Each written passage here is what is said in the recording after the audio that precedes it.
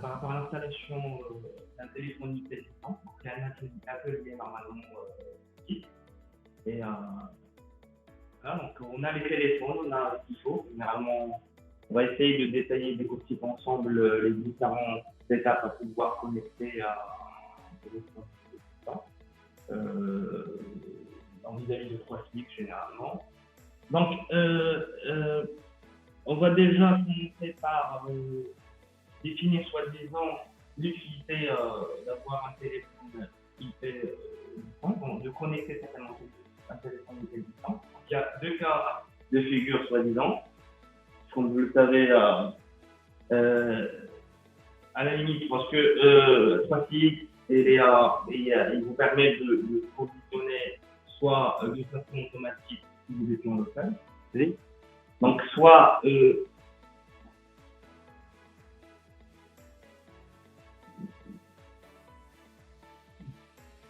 ok.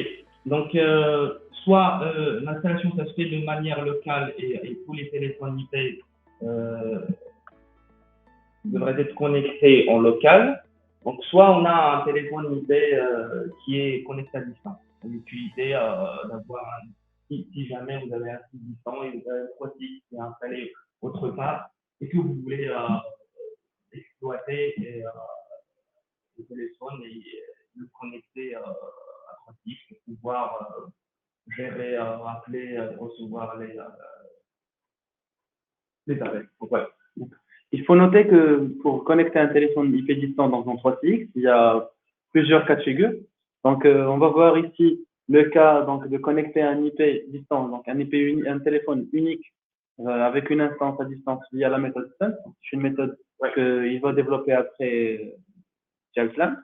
Ensuite, il y a la méthode de le connecter directement via les SCADUM. Donc, ça aussi, on peut le faire s'il y a un nombre qui est un peu limité de téléphones. Et la dernière méthode, c'est si on a un groupe de téléphones IP qu'on souhaite connecter, généralement, ce qui est recommandé, c'est d'utiliser la technologie SBC. Ça, on le laisse pour un webinaire, un autre webinaire. Exactement. Donc, le cas d'aujourd'hui, ça serait connecter un téléphone distant en utilisant déjà, dans un premier temps, le son. D'accord. Donc, on va essayer de partager l'écran avec vous, comme ça, vous voyez.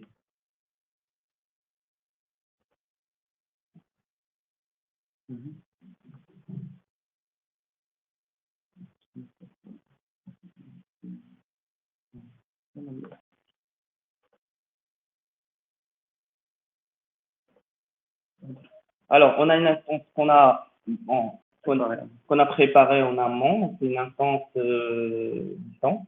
Et on a un téléphone ici qui est présent. Il s'agit d'un 110 et 210. Voilà. Alors, la première chose, c'est déjà on va créer donc une nouvelle extension pour ce poste. Tout à fait. Donc on va l'appeler allez, test distant, comme ça on a une... Ouais, donc on va mettre et le nom, ça serait test distant, comme mentionné là. Très bien, donc l'extension a été créée, donc c'est un test distant. Et la première des choses, c'est de relever l'adresse IP, parce que ça nous permettra l'adresse IP du téléphone IP. Donc, pour ce faire, soit ça se fait menu, depuis le fond menu, tout statut, et vous avez l'adresse IP qui est affichée. Là, parce qu'on a besoin donc de renseigner les informations du 3CX donc distant dans le téléphone, à savoir l'adresse IP, à savoir l'adresse MAC soi-disant. D'accord. C'est ça, il nous faudrait pour l'adresse IP connecter. 192. Donc, je vais pouvoir. Donc, 192. Donc, je vais pouvoir mettre l'adresse IP 168. 1.135. 133. Très bien. Donc, on va se connecter. Généralement, le nom d'utilisateur mot de passe est admin.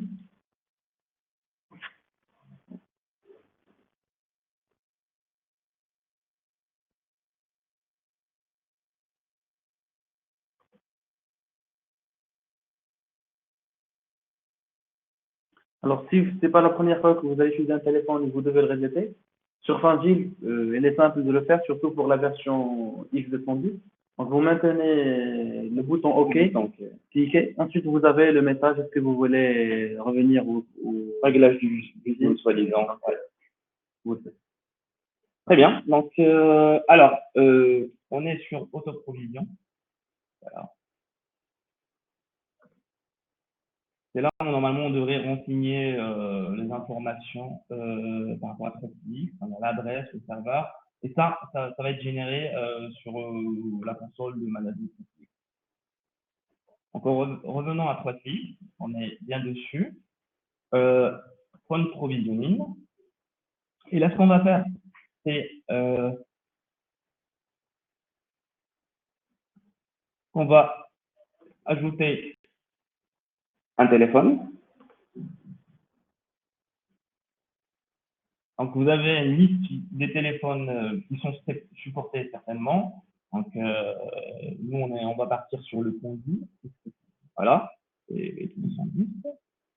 Le MAC adresse, donc, il faut renseigner déjà le MAC adresse. Donc là, je vais pouvoir, bon, soit vous le prenez sur le téléphone même, donc vous l'avez, soit vous cliquez sur information et vous la copiez. C'est fait. Il faut noter que l'adresse MAC, généralement, il ne faut pas que les deux points soient figurés. Donc, on va enlever les points. Donc, je mets OK. Donc là, c'est la méthode. Donc, typical provisioning method. Donc, comme mentionné par Rita, vous avez des méthodes de provision. Soit le SBC, on en a parlé, si vous avez un mouvement de téléphone IP, soit un remote stone, soit local. Donc, dans notre cas, on va se mettre sur D'accord, c'est bien ça. OK. Alors là, il y a un message qui s'affiche disant que il faut allow use of extension outside the LAN. C'est-à-dire il faut autoriser l'extension à ce qu'il soit utilisé hors du réseau local. Parce que donc, par défaut, comme système sécuritaire, 3CX, donc si vous n'avez pas un besoin que l'extension soit connectée à distance, donc il la bloque par défaut. Comme ça, s'il y a un problème de hacking ou un problème de sécurité, vous êtes protégé. Donc il faut l'activer vraiment que dans les cas de téléphone IP. Tout à fait. Donc on vous montre où ça doit être fait. Alors, déjà, on applique. Donc on revient dessus. Et on a sur la partie options, donc voilà, you have devices. Pour pouvoir faire marcher le spoon, normalement, on devrait décocher l'utilisation de l'extension du LAN. Voilà. C'est bon? On applique. On s'assure normalement que ce qu'il nous faudrait en ce moment, c'est de copier le lien. Ça s'appelle le lien de provisioning. Ça. On fait OK. On revient au téléphone. On est sur l'onglet autoprovision, comme précisé tout à l'heure. Et c'est là, on a le statut provisioning.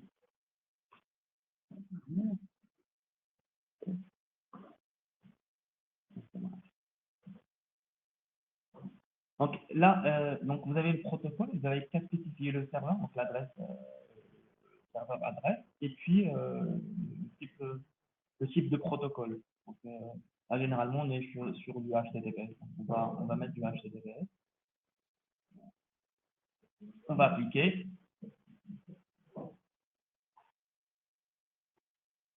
Et ensuite, on va auto-provisionner. Non.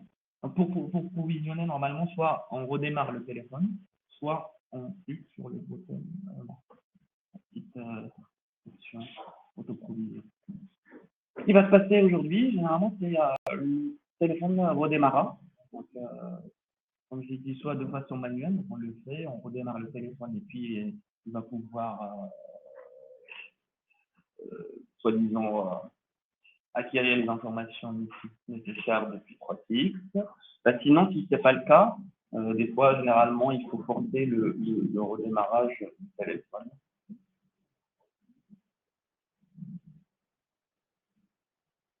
Donc, dans ce cas-là, rien ne s'est passé. Donc, on va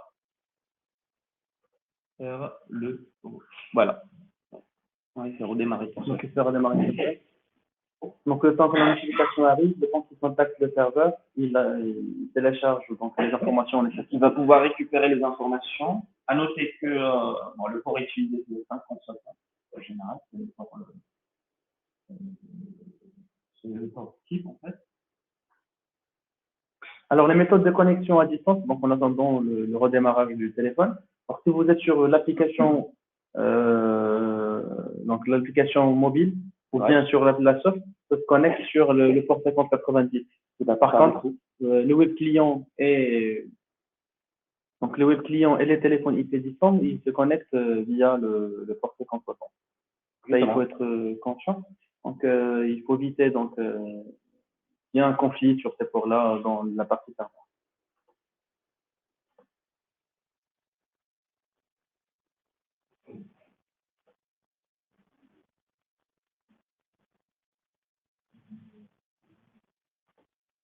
Ouais, à noter qu'il a refait un redémarrage tout de suite.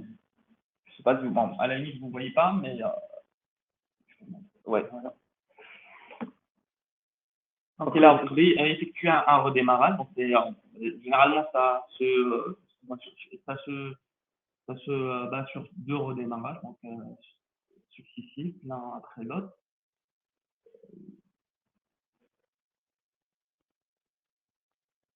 Une fois généralement connecté, on devrait l'avoir en base ici. Et après, voilà.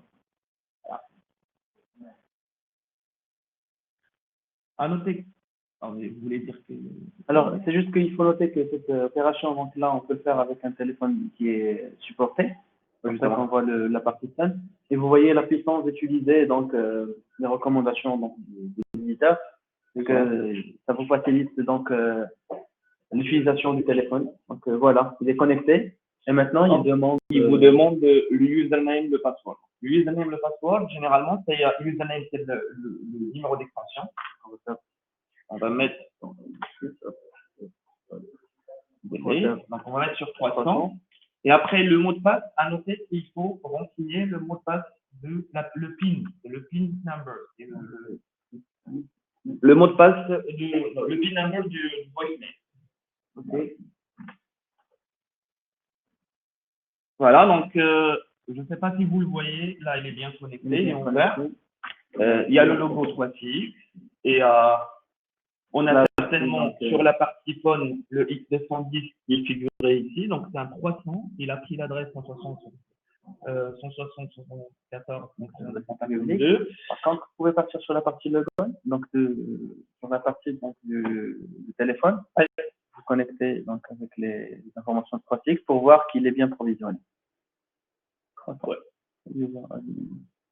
Voilà, donc on va pouvoir le connecter ici. On était sur phone, on va prendre le phone password et on va mettre ici admin. Le mot de passe, c'est ce qu'on vient de copier. Donc, par mesure de sécurité, dès qu'un téléphone supporté est connecté à 3CX, il lui force un nouveau mot de passe. Donc, il y a un alphanumérique, je pense, de 10 caractères. Donc, quand on dit alphanumérique, c'est vraiment un truc puissant. Donc, comme ça. Des caractères spéciaux, donc, c'est des majuscules, des minuscules, des chiffres. Et pour ça, surtout, c'est pour éviter donc la notion de brute force. Donc, ne faites jamais des mots de passe faciles pour votre téléphone. Comme ça, sinon, vous êtes en train de créer une faille de sécurité. Hein, justement. Alors, très bien. Donc, on est sur Line Statue et on est registered. Et Stone, c'est true à la limite, donc il est connecté. Voilà, donc on a toutes les informations qui ont été remises. Donc, c'est, comme vous le voyez, l'instance, c'est Donc, comme vous le voyez là, on est connecté sur une adresse distante, donc 102.53.234. Et là, si, bon, voilà. Ici, je me mets ici, donc c'est la bonne adresse. Je pourrais même vous faire un petit ping. Que vous soyez. C'est ça, on fait un petit ping sur.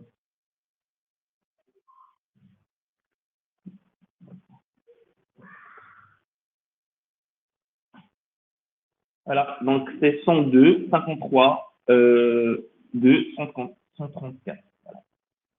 On pourrait même effectuer à faire des appels s'il le faut. Oui, on peut faire un test d'appel. Et ensuite, ouais, donc, alors, on va effectuer un test.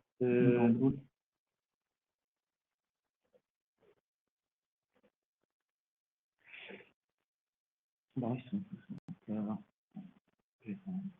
Alors, j'ai essayé d'appeler mon téléphone. Et puis le téléphone provisionné. On va se mettre sur number of call in use. Voilà, donc on a le GSM, le 307 distant, et qui sort avec la GSM. Ah, qui sort. Et qui sonne en même temps. Voilà.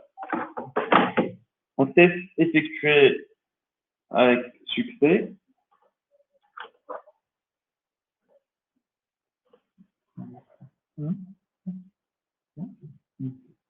Ah, voilà, donc c'est la méthode, vous avez vu un petit peu de quoi il s'agit. Donc la méthode Spoon, ça vous permet de connecter un téléphone distant et de pouvoir les gérer depuis l'instant 3.6. Donc voilà.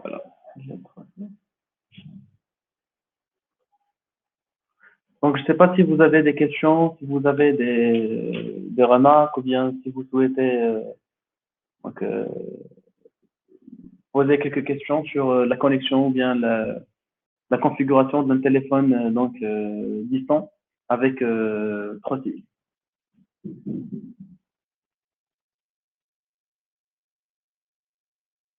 Bonjour.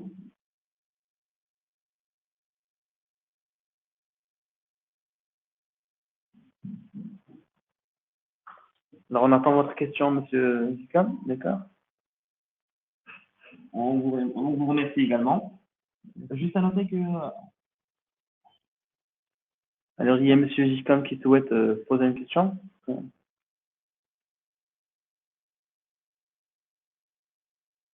Alors, si vous avez des questions, n'hésitez pas. On a fait toute la procédure, mais après, voilà.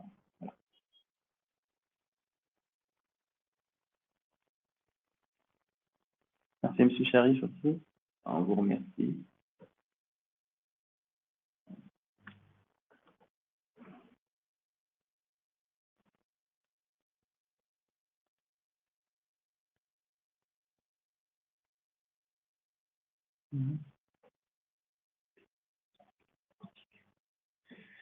Oui, donc, cet atelier il sera publié sur notre chaîne YouTube. Donc, on va essayer de vous envoyer, bien sûr, le lien. Et ce sera avec grand plaisir, bien sûr, de vous envoyer la vidéo. Comme ça, vous pouvez la regarder. Et bien sûr, on reste à votre disponibilité pour toute assistance future.